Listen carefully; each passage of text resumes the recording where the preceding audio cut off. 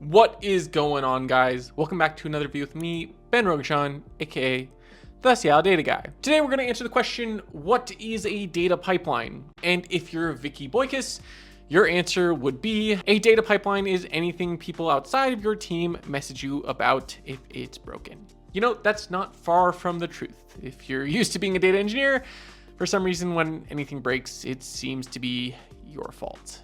But seriously, I did ask a few other data engineers, as well as ML engineers, what they considered a data pipeline, and here were some of their responses. So data comes in, then something happens with this data inside the pipe, and then it goes out. So this is a data pipeline. So you can think of this as a box. And I don't know if people will watch this or listen to this, so I can try drawing this. So let's say there is a big square, and then something goes in the pipeline and something goes out. So this could be a pipeline, right? Yeah. For example, like it could be one input, multiple outputs, could be two inputs, one output, right? And then the nice thing about data pipelines is you can take this single step, right? And then you can chain it. So you can take one step, you can take another step, and then you chain them, and you still get a pipeline. So you still have multiple steps. Data comes in, something happens to this, data comes out.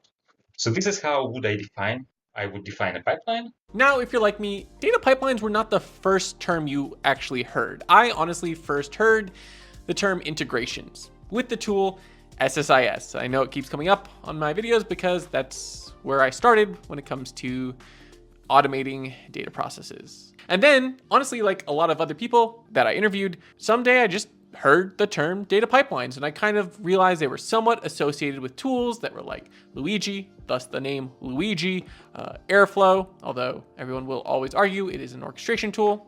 It is often used like a data processing or ETL or data pipeline tool. As you can see, there are so many tools that kind of fit in the data pipeline world. Not only that, but there's also kind of different types of data pipelines when you really think about it.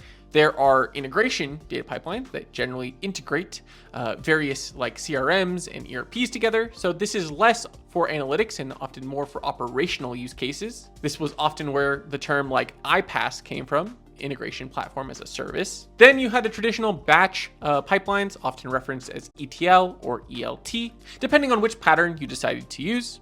And of course, there were streaming data pipelines that were often some form of either CDC or just direct stream based off of events. And these could be in various formats in themselves. And then of course, there somehow has happened to be a secondary T that has become its own set of complex pipelines.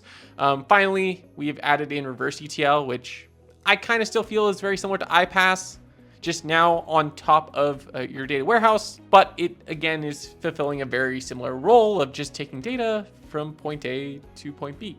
Now, I think you kind of understand what a general data pipeline is. It generally will pull data out of one system. It might do some things to that data, standardize it, clean it up, so it can push it into another one. This is why we often reference data engineers as data plumbers. They're often the people who have to kind of get data from point A to point B in some sort of clear fashion.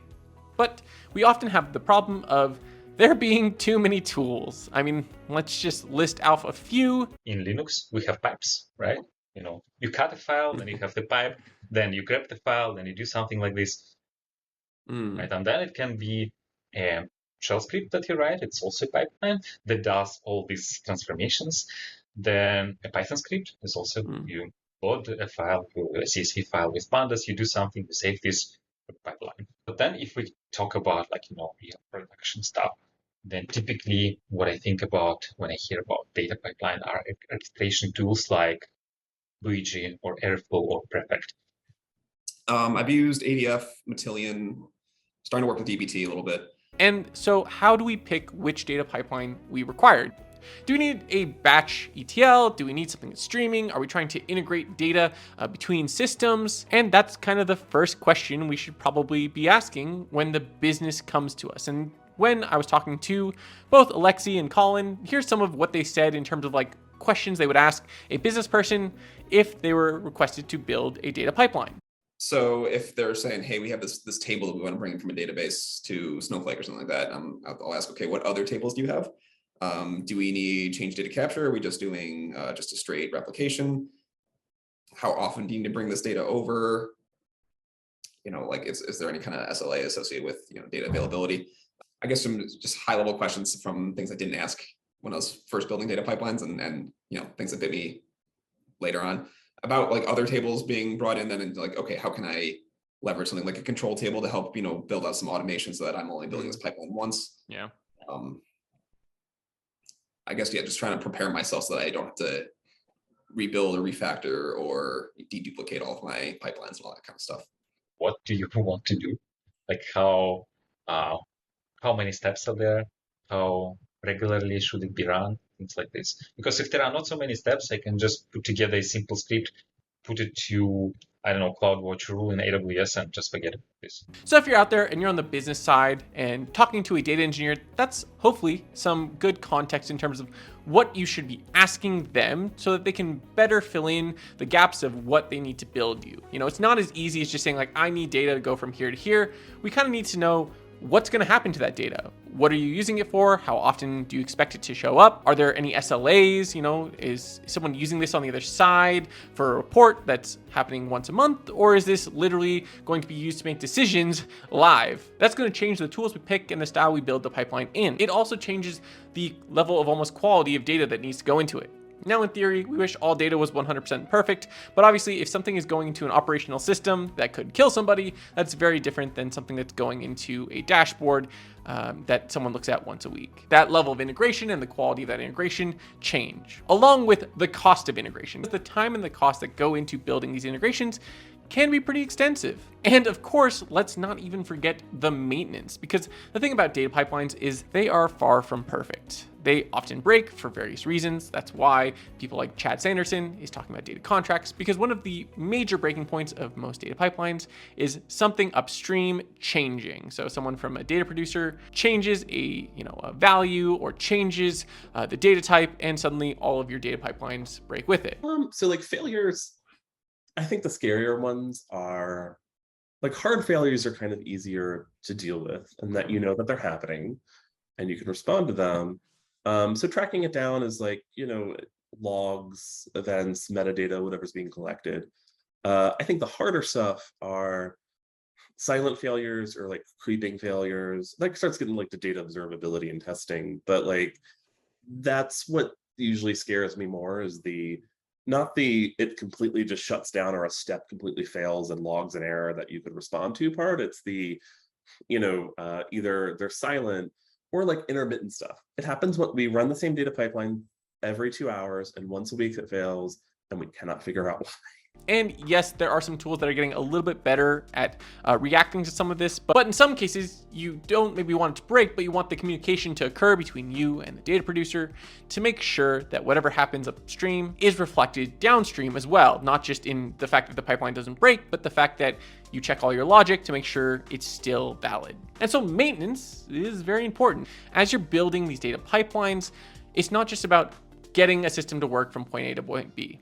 We could really do that with a very simple script being run by cron. And that was kind of the problem that we lived in the pre-times, was everything was basically just cron scripts running some pretty basic jobs to get data from point A to point B. And that worked fine when there were basic needs from data. But as the demand for data is increasing, I think these data pipelines are becoming more and more vital. In turn, things like data quality, reliability of that data are also in turn becoming more and more crucial in terms of making sure it is a key step in the process. Now, instead of just making sure that data pipelines go from point A to point B successfully, we also need to ensure that data doesn't change over time too drastically. Because sometimes you have weird giant numbers that don't belong. Like let's say you're used to only seeing like $30 charges going through a value field for a sale, and then suddenly you're seeing a $500,000 charge. That should probably be flagged. Or suddenly, if you're like Pollen, you've double charged people on purpose, probably should have a data system that checks that, and probably some morals as well. Tracking failures is a key point of every data pipeline. It's not just, again, about A to B, it's about how are you ensuring that your data quality is good throughout the process. So a data pipeline is not just the whole process of getting data from A to B, it is really that entire life cycle of what are you building, why are you building it, how's it going to be managed, what tool are you going to use, who's going to support it in the long term, and what's the maintenance? Are you going to be needing to change things commonly, and how often is this data and whatever the end result is going to be used? There's a lot that go into building a data pipeline, and it's a crucial point for every data engineer. Of course, I will also point out that with recent changes, for example, with Stripe and Salesforce saying they're going to allow you to just basically directly integrate with their data, who knows? Maybe data pipelines will change in the future again. For now, we still have so many data pipelines going every which way. I think just at Facebook, there's probably a good 100,000 plus. So I wouldn't worry too much if you are looking to become a data engineer just yet. We still need lots of data plumbers to make sure we unclog all of our data pipelines. Thanks so much for watching, and I will see you all next time. Have a great day, and see you later.